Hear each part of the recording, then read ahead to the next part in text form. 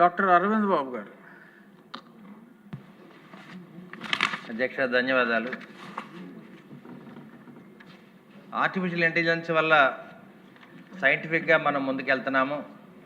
దీనివల్ల ఎన్నో లాభాలు ఉన్నాయని చెప్పి మనం అందరం కూడా తెలుసుకుంటున్నాము.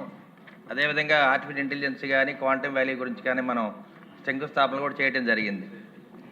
దీనివల్ల సమాంతరంగా ఎన్ని లాభాలు ఉన్నాయి, అదేవిధంగా ఎన్నో నష్టాలు ఉన్నాయి. సామాజికంగా ఆర్థిక పరంగా మరి 100 మంది చేసే పని 10 మందే చేసే అవకాశాలు ఉన్నాయి కాబట్టి ఆ 90 మందికి ఉద్యోగ అవకాశాలు పోతూ ఉన్నాయి. అంటే కొన్ని లక్షల మంది కోట్ల మంది సాఫ్ట్వేర్ పిల్లలందరూ కూడా బజార్న పడుతూ ఉన్నారు. చాలామంది గ్రామాలకు వచ్చి అక్కడే తెలియకుండా అక్కడే ఉంటే ఏంట్రా మీకు ఉద్యోగాలు ఉన్నాయి లేవంటే వర్క్ ఫ్రమ్ హోమ్ అంటా ఉన్నారు. కొద్ది కాలం తర్వాత 2-3 నెలల తర్వాత ఉద్యోగం పోయింది అంటున్నారు. మీ డాక్టర్లు కూడా పోతాయి.